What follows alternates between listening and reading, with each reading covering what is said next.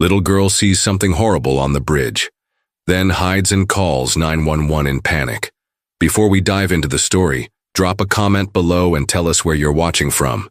Enjoy the story. The afternoon sun sparkled on the river's surface, creating tiny diamonds of light that danced with each gentle ripple. 6-year-old Eliza Bennett skipped along the riverbank, her bright yellow dress fluttering in the spring breeze. Her grandmother, Martha, followed closely behind, smiling warmly at her granddaughter's enthusiasm. "Grandma, look at these," Eliza called out, pointing to a cluster of wildflowers nestled between the rocks. "They're purple and white and so pretty." "Those are violets, sweetheart," Martha explained, lowering herself carefully to kneel beside Eliza. "When I was a little girl, not much older than you, my mother taught me how to press them between the pages of heavy books to preserve them." Eliza gently touched the delicate petals.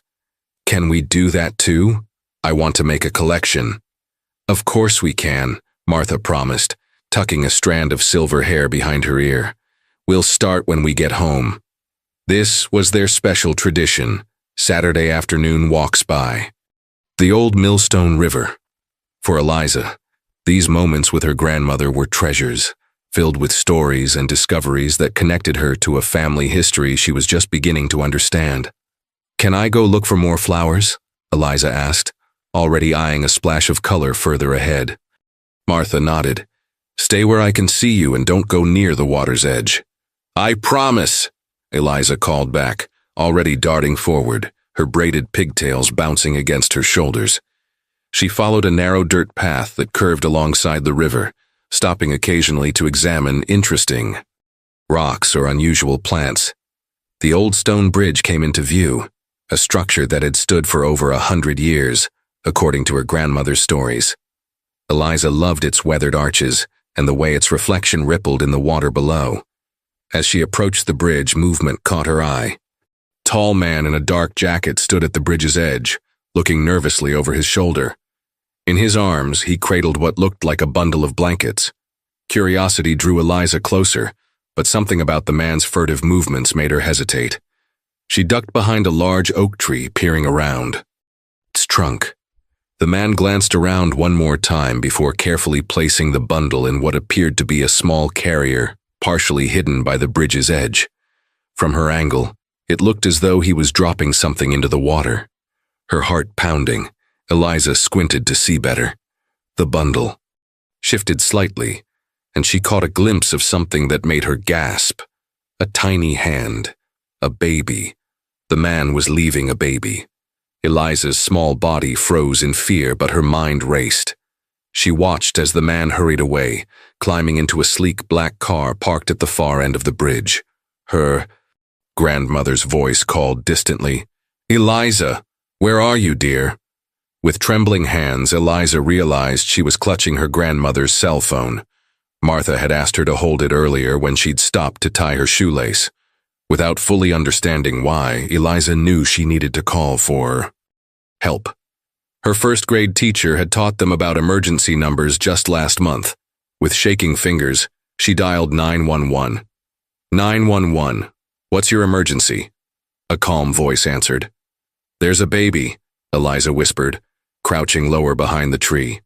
"A man left a baby by the bridge at Millstone River Park.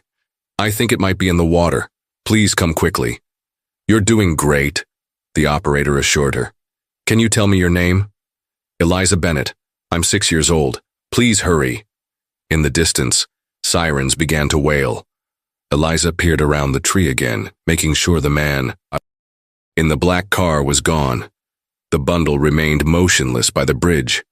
"Eliza!" her grandmother called again, her voice tinged with worry now. The sirens grew louder as Eliza huddled behind the tree, her heart pounding like a drum against her ribs. In that moment, she didn't realize that her simple act of courage was about to unravel secrets that had been buried for decades. Eliza remained hidden behind the oak tree as police cars and an ambulance raced into the park, their sirens cutting through the peaceful afternoon. Her grandmother's voice grew more frantic, calling her name. Repeatedly. "I'm here, Grandma," Eliza finally called out. emerging from her hiding place as uniformed officers rushed toward the bridge. Martha hurried over, relief washing over her face. "Eliza, you scared me half to death. What's happening? Why are there police here?" Before Eliza could explain, a female officer approached them. Her badge read Officer Chen. "Are you Eliza?" she asked gently, kneeling to meet the little girl's eyes. "The one who called 911? Eliza nodded, suddenly feeling shy with all the attention focused on her. "There's a baby by the bridge," she whispered. "A man left." "There," Martha gasped, her hand flying to her mouth. "A baby? Oh my goodness." Officer Chen's expression remained calm. "Eliza, can you show us exactly where you saw this happen?" Hand in hand with her grandmother, Eliza led the officers to the spot near the bridge.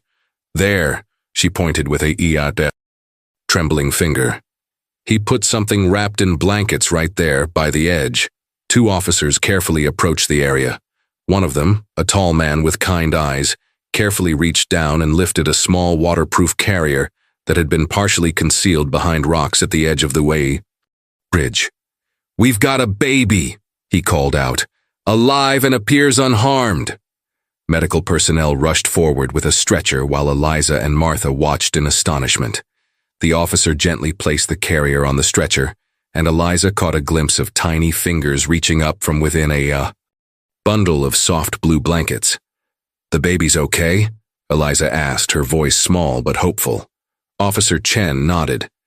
"Yes, thanks to you. The carrier was designed to float and was secured so it wouldn't drift away. It appears the baby was never actually in the water, but it was definitely left in a dangerous situation." She turned to Martha. "Your granddaughter is quite heroic." A distinguished man in plain clothes approached them, showing a badge. "I'm Detective Morgan," he introduced himself, his voice gentle but serious. "I'd like to ask Eliza a few questions, if that's all right with you." "Ma'am." Martha nodded, keeping her arm protectively around Eliza's shoulders. "Of course, but please remember she's only 6. The detective crouched down to Eliza's level. "Hello, Eliza. You did something incredibly brave today. Can you tell me exactly what you saw?" Eliza described the tall man in the dark jacket, his nervous glances, and the black car he drove away in. "He looked scared," she added thoughtfully, "like he didn't want anyone to see him. Did you notice anything else about him? What he was wearing or what he looked like?" Eliza furrowed her brow in concentration.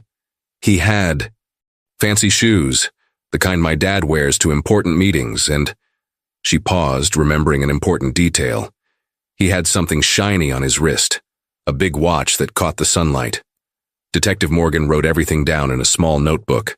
"That's very helpful, Eliza. You're quite observant." By now, a small crowd of onlookers had gathered, held back by police tape.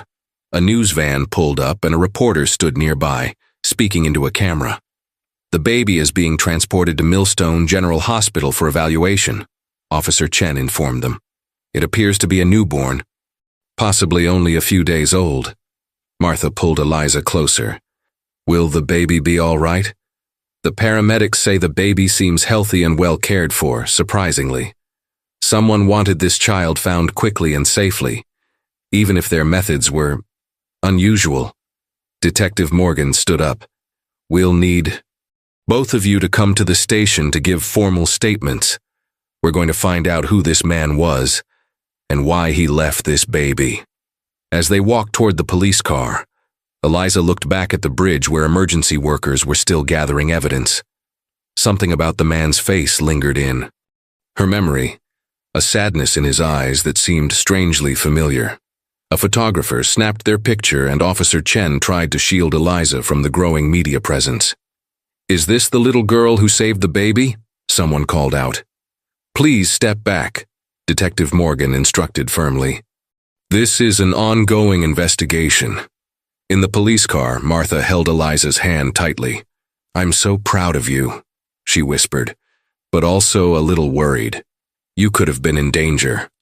Eliza looked up at her grandmother's concerned face. "I just knew I had to help the baby, Grandma." As they drove away from the park, neither of them could have imagined how their quiet lives were about to change forever. or how the mystery of the abandoned baby would unearth long-buried secrets that connected their family to one of the most powerful households in town. The police station buzzed with activity, as Eliza sat in a brightly colored room designated for interviewing children. Detective Morgan had provided her with paper and colored pencils, which she was using to draw the man she'd seen at the bridge. His eyes were sad, Eliza explained, carefully selecting a blue pencil, like when someone has to do something they don't want to do. Martha watched from a chair nearby, her weathered hands clasped tightly together. She hadn't stopped trembling since they'd arrived at the station. A gentle knock at the door announced the arrival of a woman with curly red hair and a warm smile. "Hello. I'm Rebecca Hudson from Child Services," she introduced herself. "I've been assigned to baby Lily's case." "Lily?" Eliza perked up. "Is that the baby's name?" Rebecca smiled. "It's just a temporary name we gave her. She was wrapped in a blanket with lily patterns." She knelt beside Eliza. "Your drawing is very detailed. You have an excellent memory." "Is the baby okay?" Martha asked anxiously. "She's doing wonderfully," Rebecca assured them. "The doctors say she's perfectly healthy, probably only 3 or 4 days old. She was well fed and cared for before being left at the bridge." Eliza added the final touches to her drawing, a shiny watch on the man's wrist and expensive shoes on his feet. "He wasn't trying to hurt the baby," she said suddenly, with the certainty that sometimes comes from a child's intuition. "He looked like he was saying goodbye." The adults exchanged glances over her head. "That's a very interesting observation, Eliza," Detective Morgan said, entering the room with a tablet in hand. "We've identified the man from security footage at the park entrance." He turned to Martha. "Does the name Whitmore mean anything to you?" Martha's face paled slightly. "The Whitmores? They own half the businesses in town. Their estate is up on Crescent Hill." Detective Morgan nodded. "We believe the man Eliza saw is Gregory Whitmore. He's in his early 30s, taken in by the Whitmore family when he was a teenager. Why would someone from such a wealthy family abandon a baby?" Martha wondered aloud. "That's what we intend to find out," the detective replied. "We're bringing him in for questioning." Outside the interview room window, Eliza could see people gathering in the station's main area. Some held cameras and microphones. "What's happening out there?" she asked. Rebecca glanced out. "The story's getting attention. People are calling you a hero, Eliza." "But I just called for help," Eliza said, confused by the commotion. "Sometimes that's the bravest thing a person can do," Martha told her, stroking her hair gently. By the time they were ready to leave, the media presence had grown. Detective Morgan escorted them to a back exit, but not before a reporter managed to snap a photo of Eliza holding her grandmother's hand. "The Little Guardian Angel," read the headline that would appear in tomorrow's newspaper. That evening, tucked safely in her bed at home, Eliza couldn't sleep. Each time she closed her eyes, she saw the man's face, his expression troubled as he carefully placed the baby carrier by the bridge. "Grandma?" she called out when Martha came to check on her. "Why would someone leave their baby?" Martha sat on the edge of the bed, her face thoughtful in the soft glow of the nightlight. "Sometimes people make difficult choices because they believe it's the only way to protect someone they love." There was something in her grandmother's voice that Eliza hadn't heard before, a distant sadness that reminded her of the man at the bridge. "Like how you protect me?" Eliza asked sleepily. "Yes, sweetheart, just like that," Martha whispered, leaning down to kiss her forehead. After Eliza finally drifted off to sleep, Martha retreated to her bedroom and pulled an old wooden chest from beneath her bed. With trembling fingers, she unlocked it and began sifting through yellowed photographs and bundles of letters tied with faded ribbon. One photo in particular made her pause. A smiling young woman with eyes like Eliza's, standing in front of a garden gate. Caroline, her daughter who had disappeared from her life almost a decade ago after a bitter argument. Martha's eyes welled with tears as her fingers traced the familiar face in the photograph. Something about today's events had awakened memories and questions she had tried to bury. As the clock on her nightstand ticked past midnight, Martha found a letter she hadn't opened in years. The envelope bore the Whitmore family crest in its corner. When she unfolded the paper inside, a small photograph fluttered out, showing a baby with a distinctive heart-shaped birthmark on its shoulder, exactly like the one Rebecca had mentioned seeing on Baby. "Lily," Martha gasped, her hand flying to her mouth to stifle the sound. By morning, Eliza's photograph was on the front page of the Millstone Gazette. "Child hero saves abandoned baby," blazed the headline above an image of Eliza leaving the police station, her small hand clutched in her grandmother's. Martha quickly hid the newspaper, but not before Eliza caught a glimpse of her own face looking back at her. "Why am I in the newspaper, Grandma?" she asked over breakfast. Her spoon paused halfway to her mouth. Martha sighed, setting down her coffee cup. "Because what you did was special, dear. You helped save baby Lily." The phone had been ringing all morning, relatives, neighbors, even Eliza's school principal, all calling to express amazement at her bravery. Martha fielded the calls with growing weariness, politely declining interview requests from reporters who somehow obtained their number. "Can we visit baby Lily today?" Eliza asked, pushing her cereal bowl away. The question caught Martha off guard. "I don't think that's possible, sweetheart. Hospitals have rules about visitors." The doorbell rang, and Martha peered through the peephole to find Detective Morgan, standing on their porch, accompanied by Rebecca Hudson. "I apologize for coming by so early," the detective said when Martha invited them in, "but there have been developments in the case." Rebecca smiled warmly at Eliza. "Would you like to draw another picture while we talk to your grandmother?" Eliza nodded, retrieving her sketchbook from the living room while the adults moved to the kitchen table. "We've brought Gregory Whitmore in for questioning," Detective Morgan began in a low voice. "He's not denying he left the baby at the bridge, but he refuses to explain why or reveal who the mother is. The Whitmores have hired a team of expensive lawyers," Rebecca added. "They're already releasing statements about Gregory's emotional health issues and distancing themselves from the situation." Martha twisted her wedding ring nervously. "What will happen to the baby?" "For now, she remains in hospital care," Rebecca explained. "We're conducting DNA tests to establish parentage. It's standard procedure in abandonment cases." From her spot in the living room, Eliza couldn't hear every word, but she noticed her grandmother's face growing paler by the minute. She abandoned her, drawing and quietly moved closer to the kitchen doorway. "There's something else," Detective Morgan said, sliding a photograph across the table. "This is from hospital records. Notice the birthmark on baby Lily's shoulder." Martha's hand trembled as she picked up the photo. "A heart-shaped mark," she whispered. "It's quite distinctive," Rebecca noted. "We're hoping it might help identify her family." Martha hesitated, then slowly stood up. "Wait here," she said, disappearing into her bedroom. When she returned, she carried the old wooden chest Eliza had seen her with the night before. "My daughter Caroline had the same birthmark," Martha said quietly, removing a photograph from the chest. "She left home 8 years ago after a terrible argument. I haven't seen or heard from her since." Detective Morgan studied the photograph intently. "How old would Caroline be now?" 32. Martha replied, her voice catching. "She'd be 32. "And did Caroline have any connection to the Whitmore family?" the detective asked carefully. Martha nodded slowly. "She worked at their estate one summer, as a gardener's assistant. She was saving money for college." She hesitated.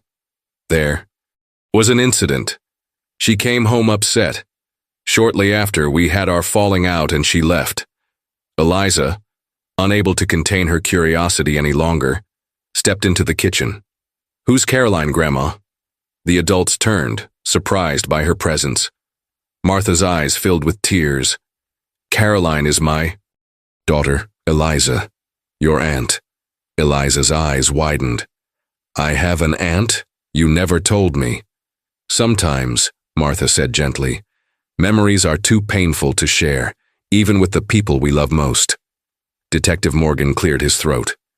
"Mrs. Bennett, given this potential connection, we'd like to conduct a DNA test to see if you're related to baby Lily. It would be entirely voluntary, of course. Martha nodded without hesitation. Of course. If there's any chance that baby is Caroline's child, my grandchild. The word hung in the air, changing everything. Eliza looked from face to face, piecing together the puzzle. That would make baby Lily my cousin, she said slowly. Rebecca smiled. Possibly, yes. But we'll need the tests to confirm. As the adults discussed details, Eliza returned to her drawing. Instead of continuing her picture of the man at the bridge, she began a new one, a family portrait with spaces left blank for the people she hadn't met yet, her Aunt Caroline and baby Lily. Outside their home, a black luxury car drove slowly past, its tinted windows concealing the occupant who watched the detective's unmarked police car with intense interest. Inside sat Eleanor Whitmore, the formidable matriarch of the Whitmore family. Her lined face set in a grim expression as she made a quick phone call. "The Bennett woman is involved," she said tersely. "This complicates everything." The following day, Eliza returned to school to find herself suddenly famous. Classmates gathered around her desk, asking questions about the baby and the mysterious man. Her teacher, Ms. Palmer, eventually had to clap her hands for order. "Yes, Eliza did something very brave," Ms. Palmer acknowledged. "But today we're focusing on our history projects, not asking her a million questions." During recess, Eliza sat alone on a swing, gently rocking back and forth.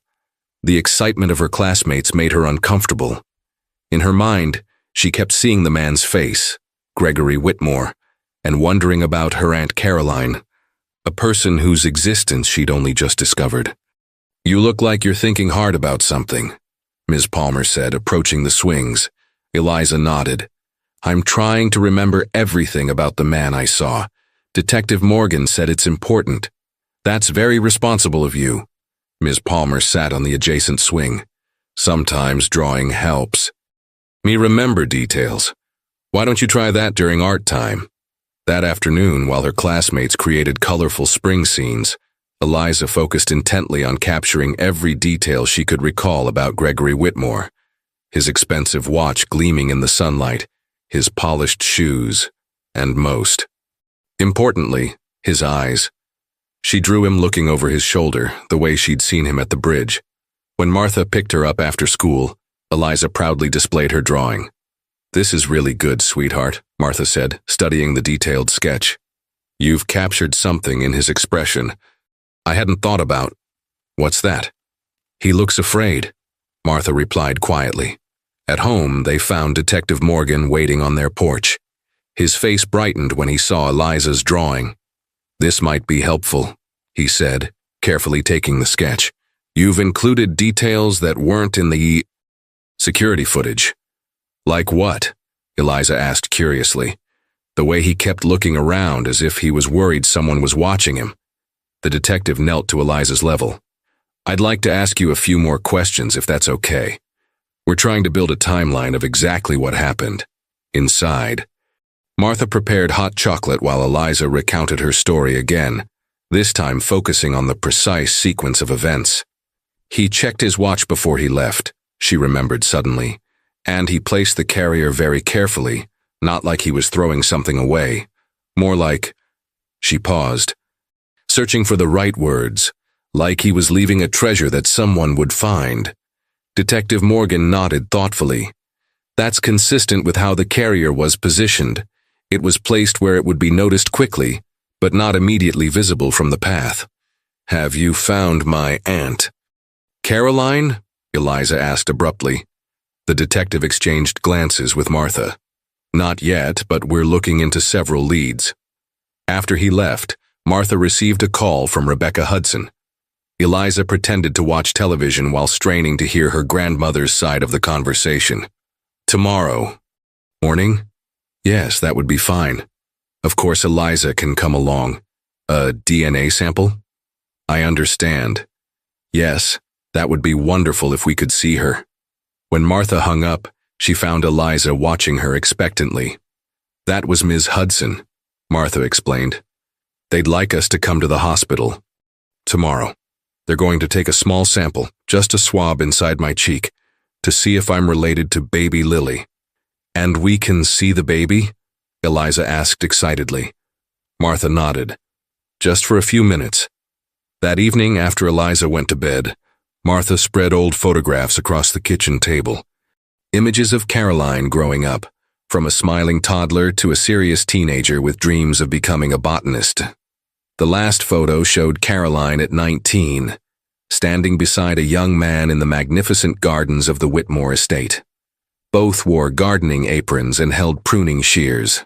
Caroline was laughing at something the young man had said, her head thrown back in joy. Martha peered more closely at the young man. There was something familiar about him, though she couldn't place it. She turned the photo over, finding a faded pencil notation. Caroline and Greg, Whitmore Gardens, June 2013. Her hand trembled. Gregory Whitmore, the same man who had left baby Lily at the bridge. The doorbell rang, startling her from her thoughts. It was nearly midnight. Who would visit at this hour? Cautiously, Martha approached the door and peered through the peephole. A woman with shoulder-length brown hair stood on the porch, her face partially hidden by the shadows. "Who is it?" Martha called through the door. "Someone who knows about Caroline," came the quiet reply. "And the baby." Martha's heart raced as she hesitated, her hand on the lock. Should she open the door to a stranger this late? Should she call Detective Morgan? Before she could decide, the woman spoke again, her voice barely above a whisper. "The birthmark runs in the family, Mrs. Bennett. Just like Caroline's, just like the baby's, and just like yours." Martha gasped. Very few people knew about her own heart-shaped birthmark, hidden at the nape of her neck beneath her hair. It was a distinctive mark that had been passed down through generations of women in her family. With trembling fingers, Martha unlocked the door. Martha opened the door just as headlights swept across the front of the house. The woman on the porch glanced toward the approaching car, her face flashing with alarm. "I shouldn't be here," she whispered urgently. "They're watching. I'll try to contact you again." Before Martha could respond, the woman hurried down the steps and disappeared into the shadows of the garden. The car slowed as it passed the house, its tinted windows revealing nothing of who might be inside. Martha closed the door quickly, her heart hammering in her chest. She peered through the curtains until the mysterious car continued down the street. Who was the woman? And who was watching? Them? The next morning, Martha said nothing about the late-night visitor, as she helped Eliza prepare for their hospital visit. But her granddaughter, perceptive as always, noticed her distraction. "Are you worried about something, Grandma?" Eliza asked as they drove to Millstone General Hospital. Martha forced a smile. "Just thinking about baby Lily, dear." The pediatric ward was bright and cheerful, with painted animals dancing across the walls. Rebecca Hudson greeted them in the lobby, her clipboard tucked under one arm. "Thank you for coming," she said warmly. "We've scheduled a brief visit with baby Lily after we collect the DNA sample, if that's still all right." A nurse led Martha to a small examination room, while Rebecca stayed with Eliza in the waiting area. "I've brought something for baby Lily," Eliza said, carefully opening her backpack to reveal a small stuffed rabbit she'd picked from her own cherished collection. Rebecca smiled. "That's very thoughtful of you, Eliza. Will they find out today if she's my cousin?" "No, the DNA results will take a few days. But I have a feeling you two are connected somehow." Rebecca hesitated before adding, "Detective Morgan tells me you're quite the artist. Would you like to draw while we wait?" Eliza nodded eagerly, pulling out her sketchbook. Instead of drawing the man from the bridge again, this time she sketched baby Lily as she imagined her, complete with a tiny heart-shaped birthmark. "You know about the birthmark?" Rebecca asked, surprised. "Grandma told me it runs in our family. All the girls have it." Rebecca made a note on her clipboard, her expression thoughtful. When Martha returned, her eyes were red-rimmed as though she'd been crying. She composed herself when she saw Eliza, offering a reassuring smile. "Are you ready to meet baby Lily?" Rebecca asked them both. The nursery was quiet except for the soft beeping of monitors. A kind-faced nurse led them to a bassinet near the window where a tiny baby slept peacefully, wrapped in a yellow blanket. "She's so small," Eliza whispered in. "Or standing on tiptoes to see better." Martha's hand flew to her mouth. "Oh my," she breathed, tears welling in her eyes again. "She looks just like Caroline did." The baby stirred, tiny eyelids fluttering open to reveal dark blue eyes that seemed to focus directly on Eliza. A little hand escaped. The blanket, fingers flexing in the air. "I think she likes you," the nurse said, smiling at Eliza's rapt expression. "Can I give her my rabbit?" Eliza asked. The nurse nodded. "We'll keep it right here beside her." As Eliza carefully placed the stuffed animal at the edge of the bassinet, she noticed something on the baby's blanket. A small embroidered flower that looked like the violets she and her grandmother had found by the river. "Grandma, look," she exclaimed. "It's like the flowers we saw." Martha leaned closer, examining the delicate needlework. "These weren't hospital blankets," she said quietly to Rebecca. "Someone made these specially." "Yes, she came with these," Rebecca confirmed. "They're quite beautiful, hand-embroidered with violets and lilies." Martha's face paled. Caroline loved violets. She used to embroider them on everything. Outside the nursery window, Eliza noticed a tall man in a suit speaking with Detective Morgan in the hallway. The detective looked up, meeting her eyes, and gestured for Rebecca to join them. "I'll be right back," Rebecca promised, hurrying outside. "What's happening?" Eliza asked her grandmother. Martha kept her eyes on baby Lily. "I don't know, sweetheart." Through the glass, they could see Rebecca's expression change from professional composure to visible shock as she listened to whatever Detective Morgan was telling her. When she returned, Rebecca's smile seemed forced. "Mrs. Bennett, could I speak with you? Privately for a moment?" "Can I stay with baby Lily?" Eliza asked. The nurse nodded. "I'll be right here with her." As the adult stepped outside, Eliza whispered to the baby, "Don't worry, I think we're family, and family always finds each other." She reached into her pocket and pulled out a small drawing she'd made, a picture of herself, her grandmother, a woman she imagined was Caroline, and baby Lily, all holding hands in front of a house with a garden. Carefully, she tucked it alongside the stuffed rabbit. In the hallway, Martha's voice rose in disbelief. "He's asking for me? Why would Gregory Whitmore want to speak to me?" Detective Morgan's response was too quiet for Eliza to hear, but one thing was clear. The mystery surrounding baby Lily was growing more complex by the minute, and somehow, her family was at the center of it all. The ride home from the hospital was unusually quiet. Martha gripped the steering wheel tightly, her knuckles white with tension. Eliza watched the familiar streets pass by, her mind filled with questions. "Is Gregory Whitmore a bad person, Grandma?" she finally asked. Martha sighed deeply. "I don't know, sweetheart. People are complicated.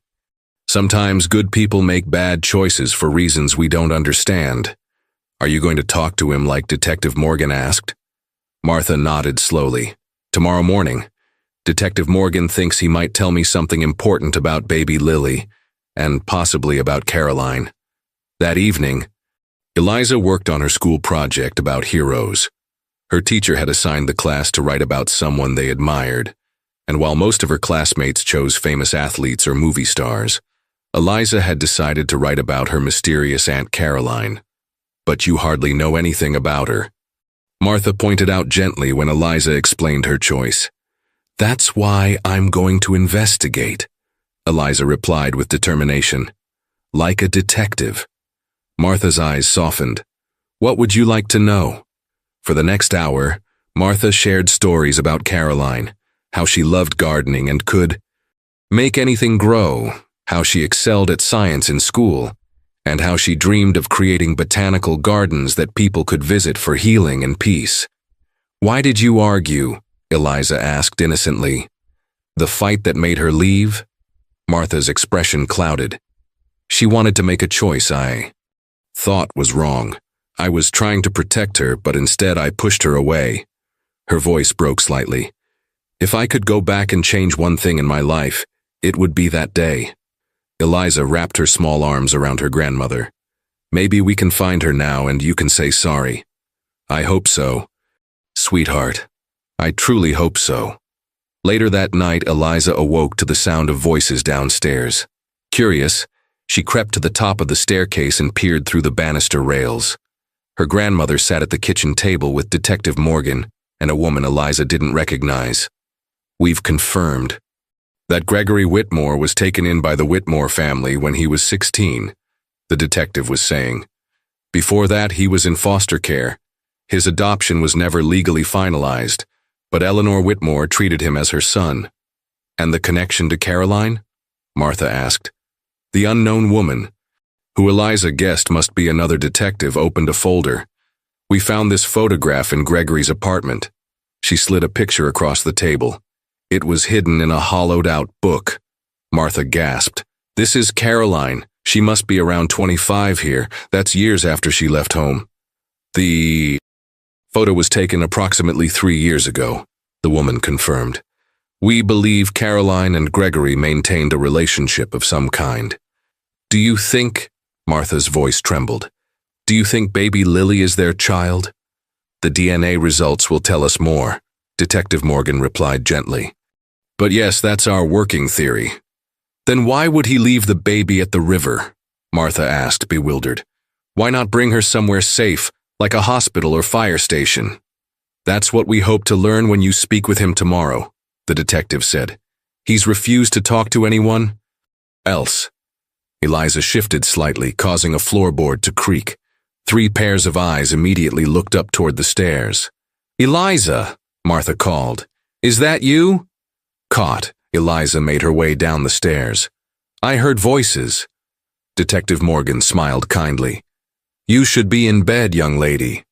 Tomorrow's a school day. Is baby Lily my cousin? Eliza asked directly, looking at each adult in turn. The adults exchanged glances. We don't know for certain yet, Martha answered honestly. But it's looking more likely. And will I get to meet my Aunt Caroline? A heavy silence fell over the kitchen. We're doing everything we can to find her, Detective Morgan assured her. In fact, we could use your help. My help? Eliza perked up. Yes, you're very observant. Tomorrow after school, would you look at some photographs for us? Sometimes children notice things that adults miss. Eliza nodded eagerly. I can do that. As Martha escorted her back upstairs, Eliza glanced over her shoulder to see the detectives speaking in hushed tones, their expressions grave. In her bedroom, Eliza pulled out her drawing pad and began a new sketch. This time she drew Gregory Whitmore again, but with a subtle difference. In this version, he wasn't running away from the bridge. Instead, he was looking back with an expression of profound regret. Outside the house, partially concealed by the shadows of a large oak tree, the woman who had appeared on their doorstep the previous night watched as the detectives eventually left. She pulled out a cell phone and sent a brief text message. Police involved. G being questioned tomorrow. Need to move quickly. The reply came seconds later. Keep watching. Don't approach again until safe. The woman pocketed her phone and continued her silent vigil, her eyes never leaving the Bennett house where a little girl's courage had set in motion, events that would soon uncover decades of carefully guarded secrets. The next morning arrived with a steady spring rain that drummed against the windows. Martha stood in front of her closet, deliberating over what to wear for her meeting with Gregory Whitmore. She settled on a simple blue dress, Caroline's favorite color. Are you nervous, Grandma? Eliza asked, watching from the doorway. Martha nodded, securing a silver locket around her neck. A little. It's not every day you meet someone who might know where your missing daughter is. Can I come with you? Eliza asked hopefully. No, sweetheart, you have school today. Besides, this is a conversation for adults. Martha hesitated, but Detective Morgan mentioned that Gregory specifically asked about you. About me? Why? I don't know. Perhaps because you were the one who saw him at the bridge. Martha checked her watch. We'd better hurry or you'll be late. As they drove through the rain-slicked streets, Eliza noticed a black car following several vehicles behind them. She'd seen the same car drive past their house multiple times. "Grandma, I think that car is following us," she said, pointing discreetly. Martha glanced in the rearview mirror, her expression tightening. "I noticed that too. Let's make sure." She made an unexpected turn down a side street. The black car followed. Without comment, Martha pulled out her phone and dialed. "Detective Morgan, I think we're being followed." "Yes, a black sedan, I understand. We're heading to Eliza's school now." After dropping Eliza off, Martha watched until she was safely inside the building before continuing to the police station where Gregory Whitmore awaited. At school, Eliza found it impossible to concentrate. During art class, while the other children worked on their spring-themed projects, she quietly slipped a small disposable camera from her backpack. Her grandfather had given it to her for her birthday, and she'd been saving it for something special. At recess, instead of joining the other children on the playground, Eliza positioned herself near the fence, watching the street. Just as she suspected, the black car was parked across from the school. Carefully, she raised the camera and snapped a photo. The car's windows were tinted, but she could make out the silhouette of someone watching through the driver's window.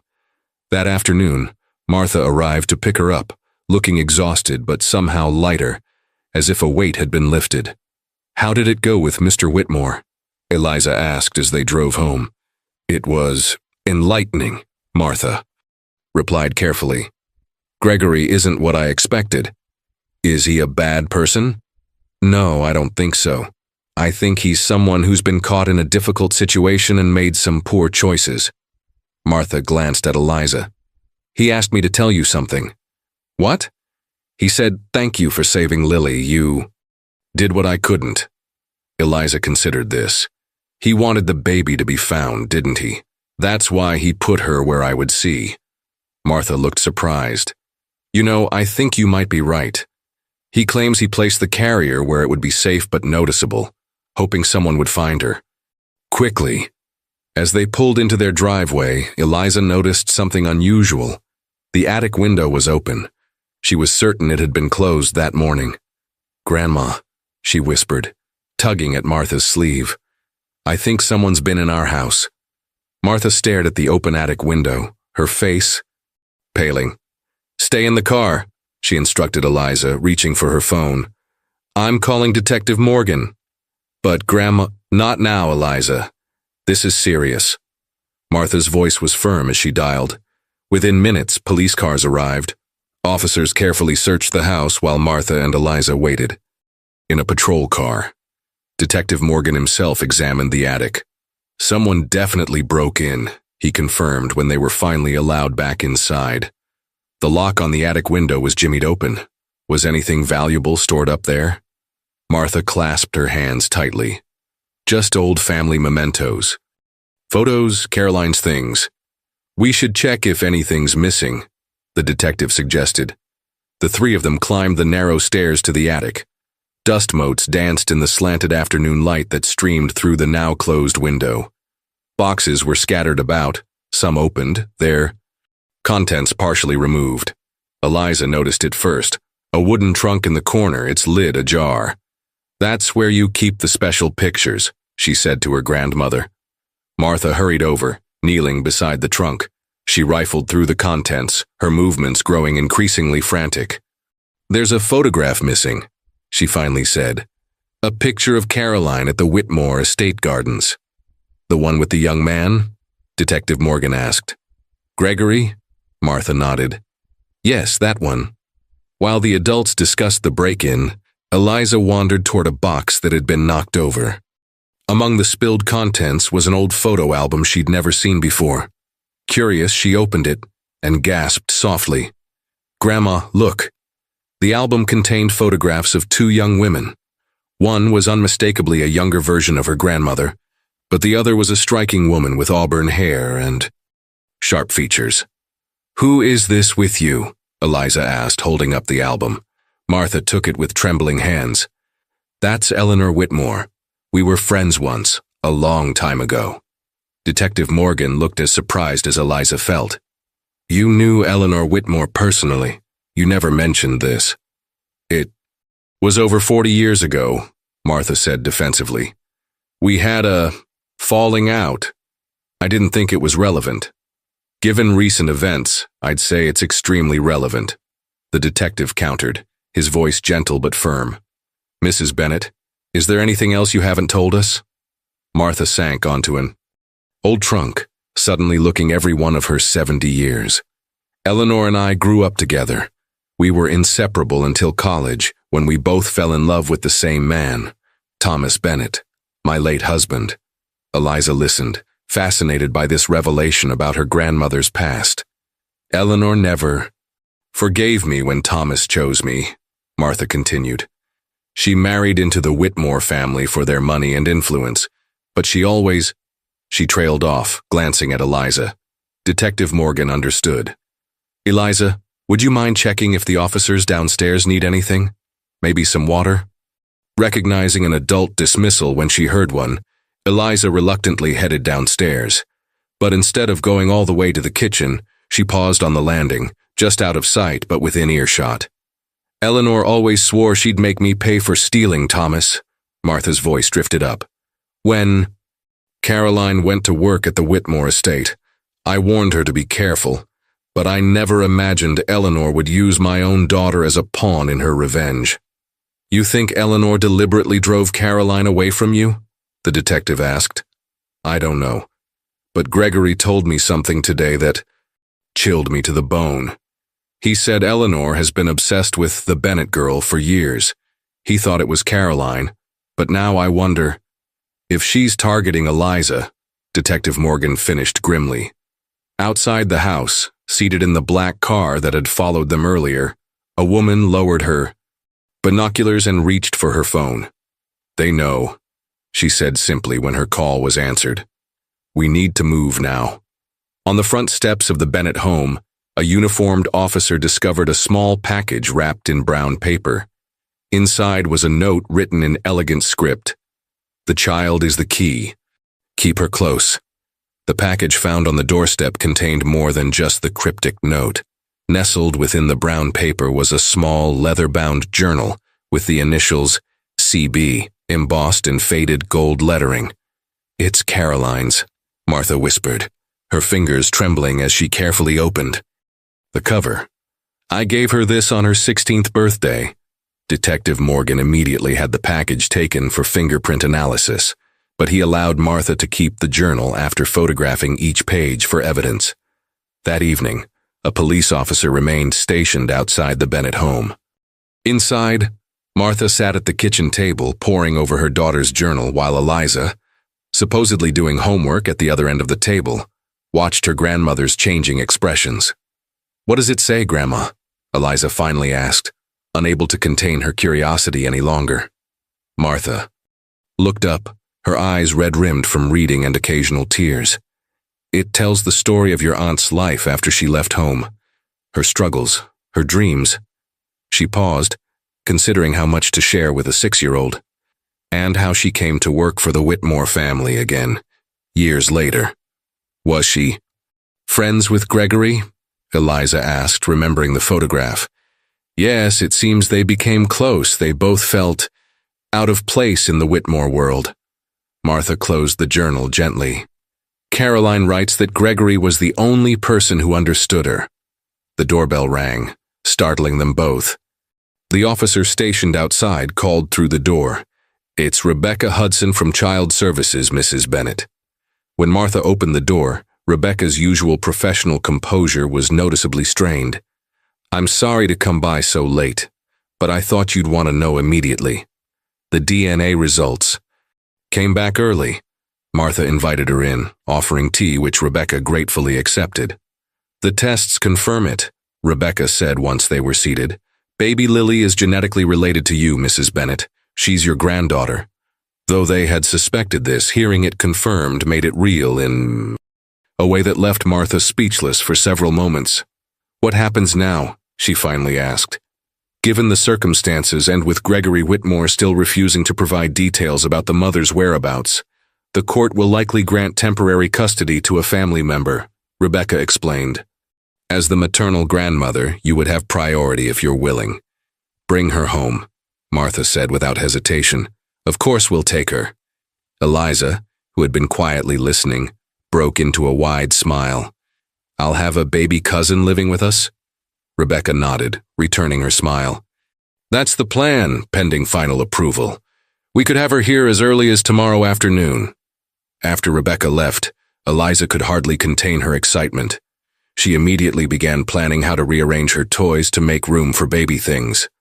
Later that night, after Eliza had finally gone to bed, Martha returned to Caroline's journal, flipping to the final entries from just months earlier. Eleanor knows about the baby, one passage read. She's becoming more controlling every day. Gregory says we should leave, but where would we go? She has eyes everywhere. The final entry was dated just 2 weeks before Lily was found at the bridge. We have a plan. It's risky, but G believes it will work. Eleanor will be away next week. That's our chance. If anything happens to me, the truth is in the silver box beneath the willow. Martha closed the journal, puzzling over the cryptic reference. What silver box? Which willow tree? The Whitmore estate had an entire grove of them. Outside in the darkness, as the police officer patrolled the perimeter of the Bennett property, a shadow moved swiftly across the backyard. The woman from the black car carefully placed another package. Beneath an ornamental willow tree in Martha's garden, a small silver box with intricate engravings. A text message alert lit up her phone screen. Eleanor in hospital, heart attack, security weakened, move C now. The woman cast one last look at the house where Eliza slept peacefully, unaware of her central role in the unfolding drama. Stay safe, little guardian, she whispered before disappearing into the night. Inside the house, Martha suddenly felt compelled to look out the kitchen window. For a brief moment, she thought she saw a familiar silhouette beneath the garden willow. A figure that reminded her powerfully of her long-lost daughter. Morning sunlight filtered through the curtains as Eliza woke with a start. Today was the day baby Lily would come home with them.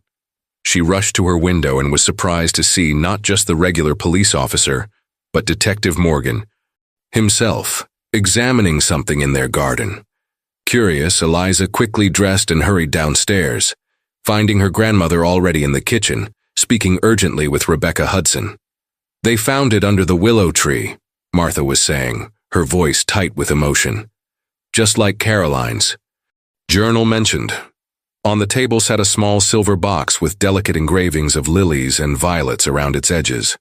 The lid was open, revealing several items: a USB drive, a handwritten letter, and a silver locket identical to the one Martha always wore. Good morning, Eliza, Rebecca greeted, her with a warm but distracted smile. Are you excited about baby Lily coming to stay with you? Yes, Eliza exclaimed, momentarily forgetting her curiosity about the silver box. I made a special drawing to put by her crib. Martha placed a hand on Eliza's shoulder. Sweetheart, Detective Morgan found something important in our garden. We think your Aunt Caroline might have left it for us to find. Eliza's eyes widened. Was she here? Did you see her? We don't know for sure, Martha replied carefully. But this gives us hope that she's nearby and trying to communicate with us. Detective. Morgan entered from the garden, shaking raindrops from his coat. The ground under the willow was recently disturbed, he reported. The box couldn't have been there more than a day or two. What's on the USB drive? Eliza asked, eyeing the small device with fascination. The adults exchanged glances. Financial records, Detective Morgan explained. Very important ones that show how Eleanor Whitmore has been moving money around in ways that aren't exactly proper. Like cheating? Eliza asked bluntly. Something like that, the detective agreed with a slight smile. These records might explain why she was so determined to keep baby Lily a secret. Rebecca's phone buzzed with a message. She checked it and broke into a genuine smile. The court has approved the temporary custody arrangement. I can bring Lily here this afternoon. While the adults discussed the logistics of bringing a baby into the house, Eliza slipped away to the garden. The spring air was fresh after the night's rain, and puddles dotted the stone pathway. She approached the willow tree, its delicate branches swaying in the gentle breeze. Something caught her eye, a small origami bird partially hidden among the tree's roots. Eliza carefully picked it up, unfolding it to reveal a message written in neat, precise handwriting. To the little guardian angel, thank you for saving my daughter. Keep drawing. Your pictures are being seen by those who need hope. See, Eliza's heart raced. This was raced. From her Aunt Carolyn. She was about to run inside to show her grandmother when she noticed a woman watching from beyond their fence. The same woman she'd seen from the car window.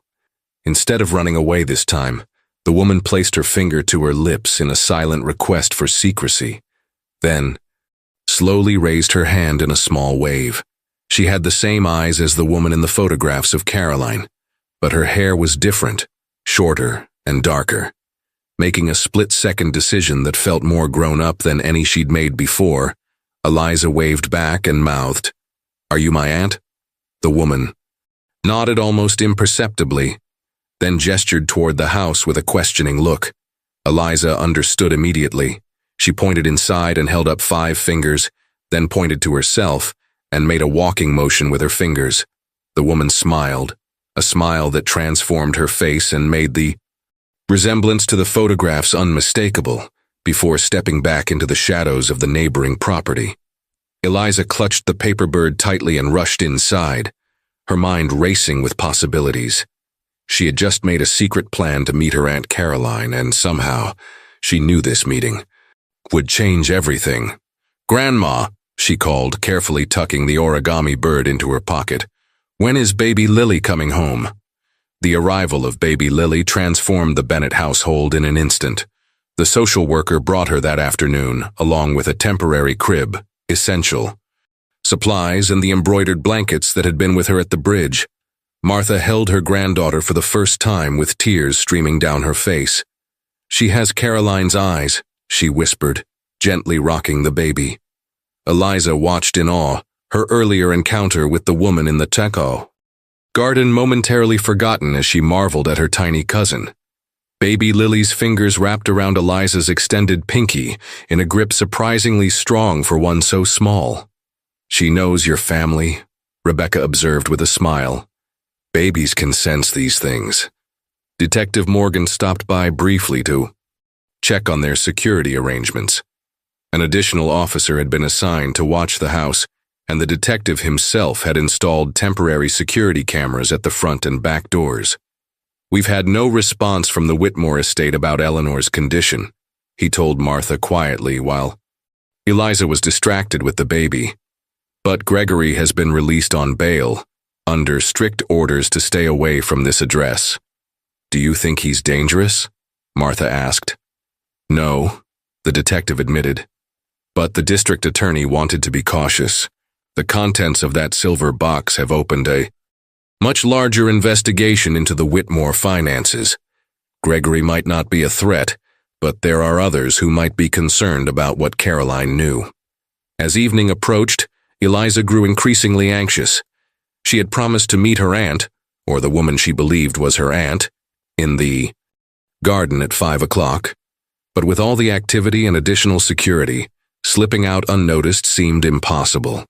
Her opportunity came when Martha began preparing dinner, while Detective Morgan reviewed the security footage from the past 24 hours. Baby Lily had fallen asleep in her new crib, monitored by a small camera that Rebecca had thoughtfully provided. "I'm going to get my sketchbook from the garden bench," Eliza announced casually. "I left it there earlier." "Don't go beyond the yard," Martha cautioned without looking up from the pot she was stirring. Heart-pounding, Eliza stepped outside into the golden light of early evening. She made a show of retrieving her sketchbook from the bench for anyone who might be watching, then wandered toward the willow tree, apparently examining the patterns of light filtering through its branches. "Caroline," she whispered, glancing back to make sure no one was watching from the house. For a moment there was only silence. Then a soft rustling came from beyond the fence, and the woman appeared, kneeling quickly to be at Eliza's eye level. "Hello, Eliza," she said, her voice gentle and slightly husky, as if from disuse. "I'm your Aunt Caroline." Her eyes, the same deep blue as baby Lily's, glistened with unshed tears. "Thank you for saving my daughter." "Why don't you come inside?" Eliza asked plainly. "Grandma misses you so much, and Lily is here now." Caroline's expression clouded with longing and fear. "I can't, not yet. There are people who would harm our family if they knew I was here." She reached through a gap in the fence, holding out a sealed envelope. "Can you give this to your grandmother? It explains everything." Eliza took the envelope, noting the weight of it. "Are you in trouble?" A sad smile crossed Caroline's face. "Yes, but not the kind you might think. I've been hiding to protect Lily." She glanced nervously over her shoulder. "I don't have much time. Gregory is helping me, but we need to be careful." "Gregory?" "But he left baby Lily at the bridge," Eliza said, confusion evident in her voice.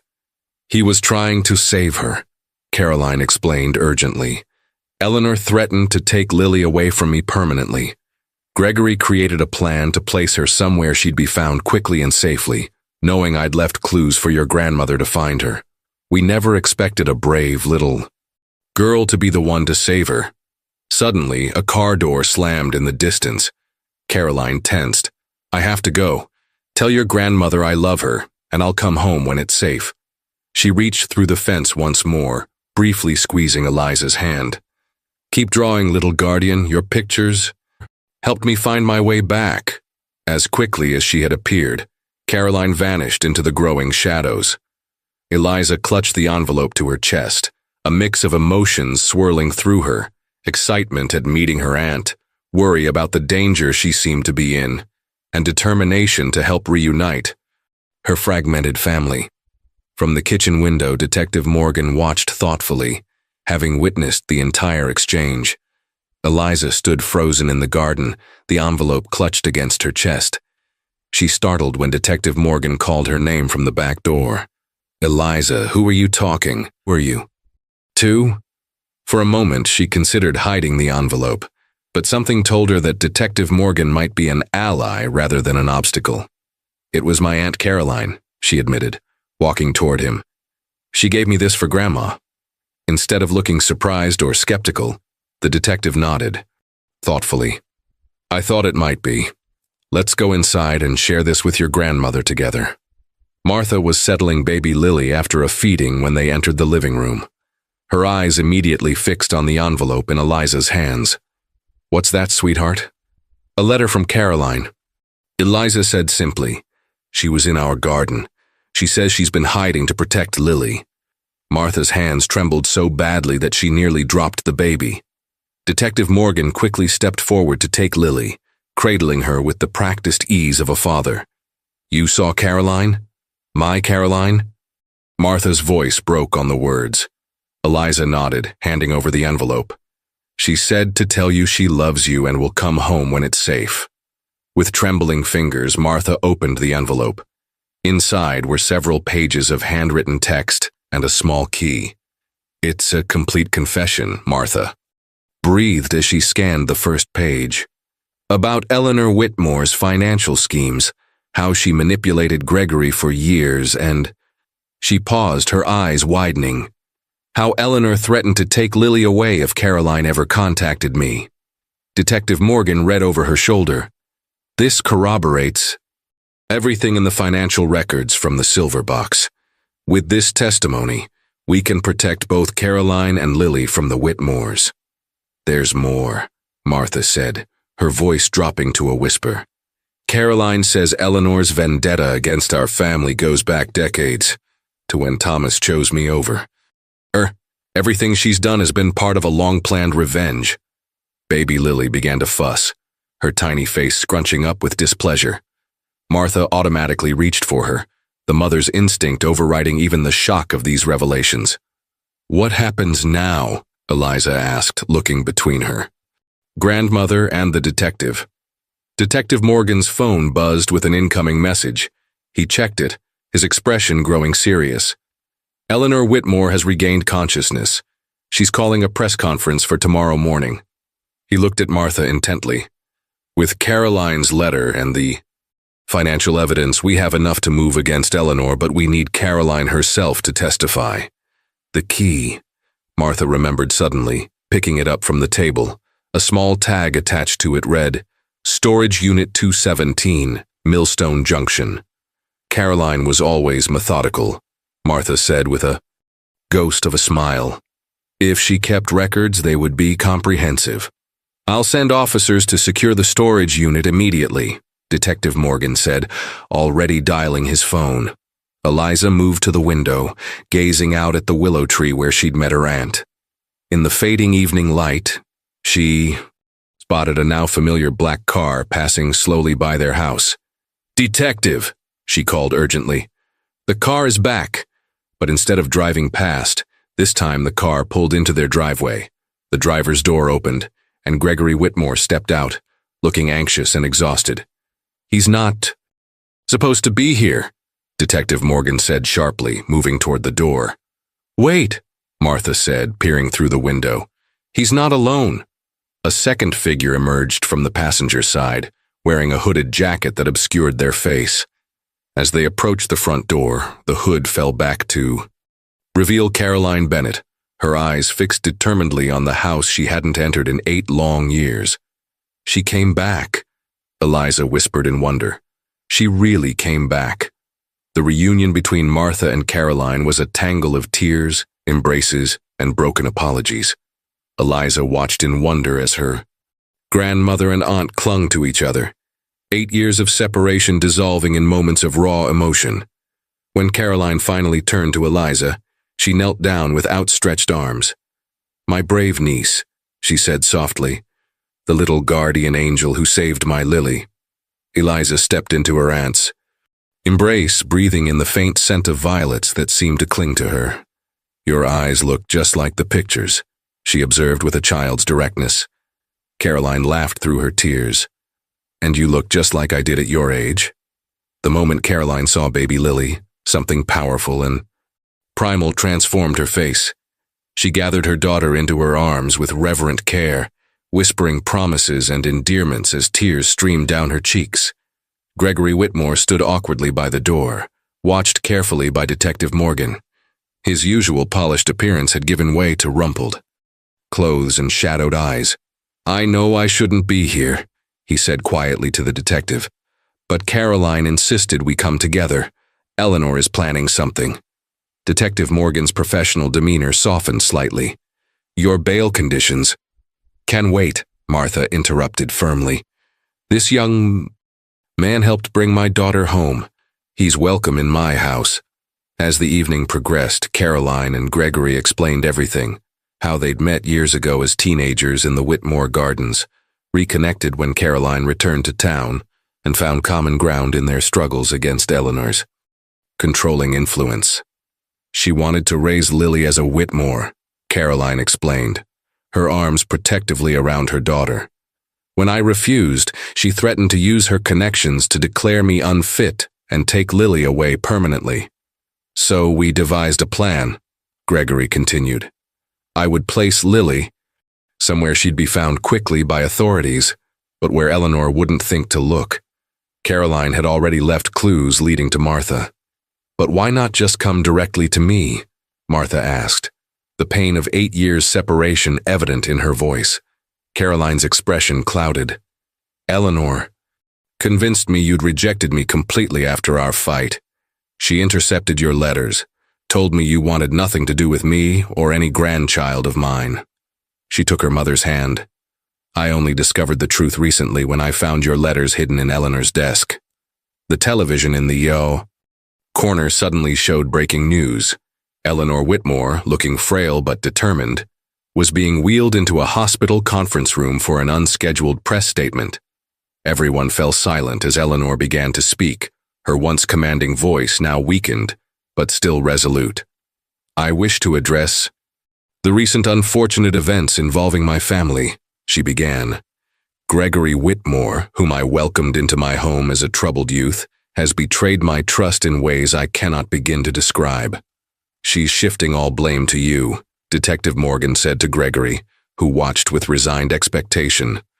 Eleanor continued, her carefully crafted narrative painting Gregory as unstable, and Caroline as a vulnerable young woman manipulated by him. But as she spoke, something unexpected happened. Her composure began to crack, her script faltering as she glanced repeatedly at something off camera. This is not, she suddenly departed from her prepared remarks. This is not the whole truth. The camera panned slightly, revealing a framed photograph on the table beside her, a picture of two young women, arms linked, standing before a university building. Martha gasped, recognizing her younger self. And Eleanor. Martha Bennett was once my dearest friend, Eleanor said, her voice suddenly authentic in its emotion. Until I lost the man I loved to her. Everything since, she faltered, looking directly into the camera. Everything I've done has been poisoned by that loss. The press conference erupted into confusion as Eleanor slumped in her wheelchair, attendants rushing to her side. The broadcast cut away to stunned commentators. She still had the photograph, Martha whispered, tears flowing freely. After all these years. In baby Lily's crib, a small monitor light blinked green. Witnessing this unexpected turn in the decades-old story of friendship, betrayal, and the possibility of redemption that had shaped 3 generations of women. 1 year later, the old stone bridge at Millstone River was almost unrecognizable. The once weathered structure now stood restored, with a fresh mortar between its ancient stones and a small bronze plaque that read, "The Guardian's Bridge, where a child's courage brought a family home." Eliza, now 7 years old, wore a yellow dress that fluttered in the spring breeze as she carefully arranged violets and lilies in a basket.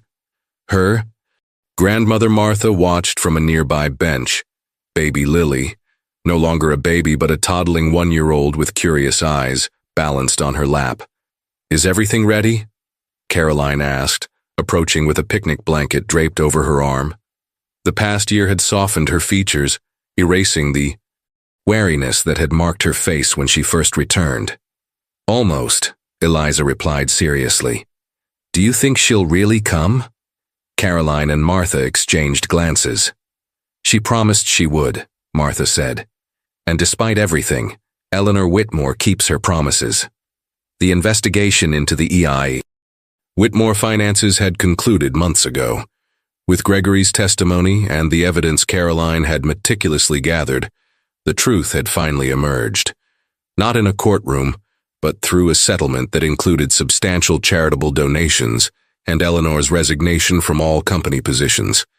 Gregory appeared carrying a folding chair. "The doctor said she shouldn't walk too far," he explained, setting it up near the bridge. His role in their lives had evolved in unexpected ways. The charges against him had been reduced to a misdemeanor with community service. Service he had chosen to fulfill by helping restore the old bridge. Along the way, he had found not just redemption, but a true family connection with the Bennetts. "She's here," Eliza announced, spotting a sleek car pulling into the parking area. The driver helped Eleanor Whitmore from the vehicle. At 82, she moved. Slowly, leaning on a cane, but her back remained straight and her gaze direct. Time and reflection had humbled, but not broken her spirit. Martha rose to meet her former friend, the 2 women regarding each other for a long moment before Martha extended her hand. Eleanor took it, her eyes glistening with unspoken emotions. "Thank you for coming," Martha said simply. "Thank you for inviting me," Eleanor replied, her voice carrying the weight of decades of regret. Eliza approached, offering a violet from her basket. "These were growing here the day I found Lily," she explained. "Grandma taught me. They symbolize faithfulness." Eleanor accepted the flower with a trembling hand. "You're a remarkable child," she said softly. "You accomplished what I never could. You brought healing instead of hurt." Baby Lily, curious about the newcomer, toddled over with Caroline's help. The little girl reached up, touching Eleanor's cane with fascination. "She has your eyes, Caroline," Eleanor observed, "and your mother's spirit." The afternoon unfolded in gentle conversation, shared memories, and tentative steps toward forgiveness. Not everything could be mended in a day, but bridges, both stone and human, were being rebuilt with care. As the sun began to set, casting golden light across the river, Eliza slipped away to the center of the bridge. From her pocket, she removed a drawing she had created, a picture of her complete family, now including Gregory, and at the edge, a slowly smiling Eleanor. She carefully tucked the drawing into a small waterproof container and secured it in a newly created hollow within the bridge's stonework, a time capsule for future generations. "What are you doing?" Caroline asked, joining her daughter on the bridge. "Making sure our story isn't forgotten," Eliza explained. "Sometimes the bravest thing isn't facing danger, it's giving people second chances." Martha and Eleanor watched from the riverbank as Caroline embraced Eliza, their silhouettes merging in the sunset's glow. Two elder women, who had lost half a lifetime to bitterness now, sat side by side bearing witness to the healing their children and grandchildren had achieved. "They're stronger than we were," Eleanor said quietly. Martha nodded. "They learned from our mistakes." On the bridge where it all began, Eliza Bennett, the little guardian whose courage had unraveled decades of secrets and pain, looked back at her assembled family and felt the circle finally complete.